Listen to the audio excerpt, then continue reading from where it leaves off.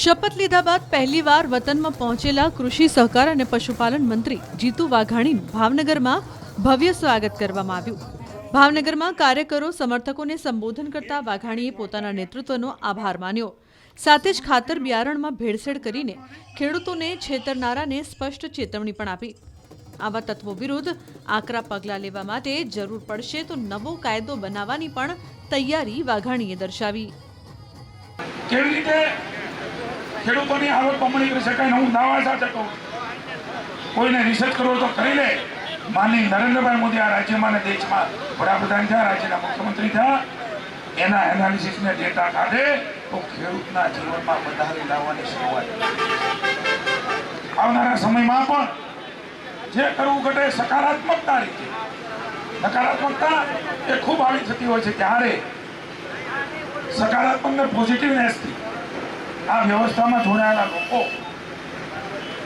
અલગ અલગ 25% પણ વધારે લોકો પ્રત્યક્ષ ને પરોક્ષ રીતે અમારા ખાતામાં જોડાયેલા છે। ઉમા ખોડિયારના મા ઝેર જોગણીના સંતોના આપ સૌના મારી માતુશ્રીના આશીર્વાદ માગું છું કે ક્યારે એનું કામ કરતા હું વિચલિત ન થાઉં ને એવા મને આશીર્વાદ આપો।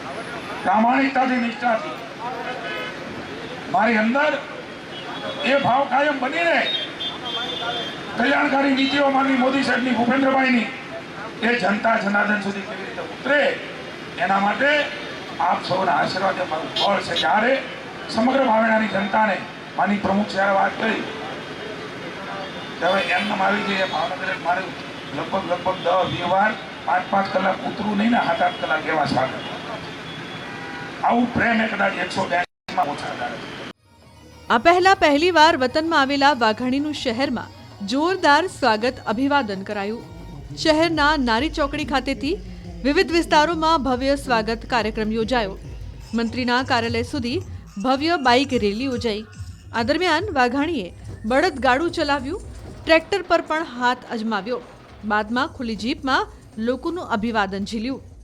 રેલીમાં સંતો, મહંતો, રાજકીય આગેવાનો, સામાજિક આગેવાનો અને મોટી સંખ્યામાં કાર્યકર્તાઓ જોડાયા।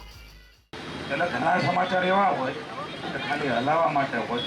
હું આ સમાચાર આપું છું એ ધરતી ઉપર હું આ કામ કરીને ભૂપેન્દ્રભાઈના નેતૃત્વમાં ઉતારી બતાવીશ એવી વાત કરું છું।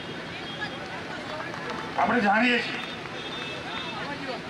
પ્રાકૃતિક ખેતીનું મહત્વ જાણીએ છીએ।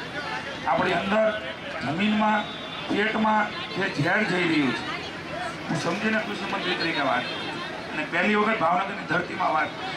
પત્રકારોએ ઘણી વખત મને ગાંધીનગર પણ મેં કીધું હું સમય કહીશ, પણ મારી આ ગોહિલવાડની કૃષ્ણકુમારસિંહજીની જે ભૂમિ છે, નાના સુકા ગામ, કે 1800 પાદરમાં એક પાદર હતું, એનો હું આ પનોતો પુત્ર છું। એટલે કહું છું કે જે ડુપ્લિકેટ ખાતર બિયારણ કરીને ખેડૂતોને પરેશાન કરતા હોય, હેરાન કરતા હોય,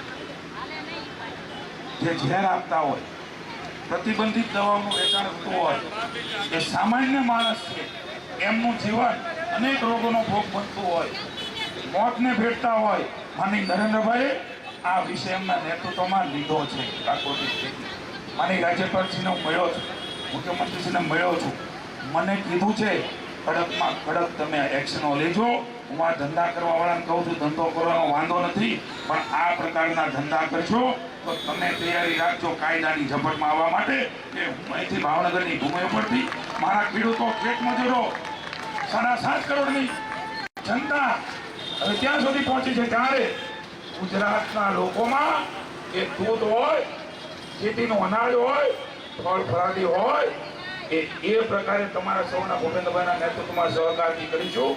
કારણ કે મારે કોઈને કાંઈ લેવા દેવા છે નહીં, લોકો માટે આવ્યો છું, લોકો માટે જન્મો છું, એના માટે નરેન્દ્રભાઈ, ભૂપેન્દ્રભાઈ કામ આપ્યું છે। એટલા માટે કહું છું ચેતી દેજો, આ લોકોને જરા પણ નુકસાન થશે તો તમારે એની સજા ભોગવવી પડશે। ભારત માતા